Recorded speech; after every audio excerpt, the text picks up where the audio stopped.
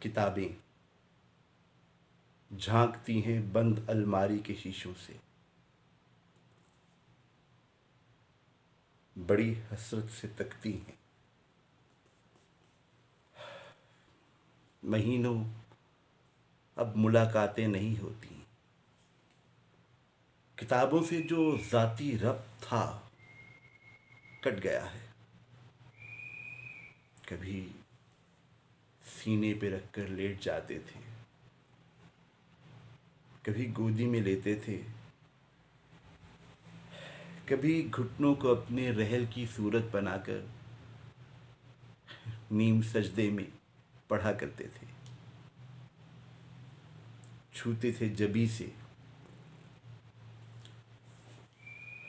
وہ سارا علم تو ملتا رہے گا آئندہ بھی، مگر وہ جو کتابوں میں ملا کرتے تھے، سوکھے پھول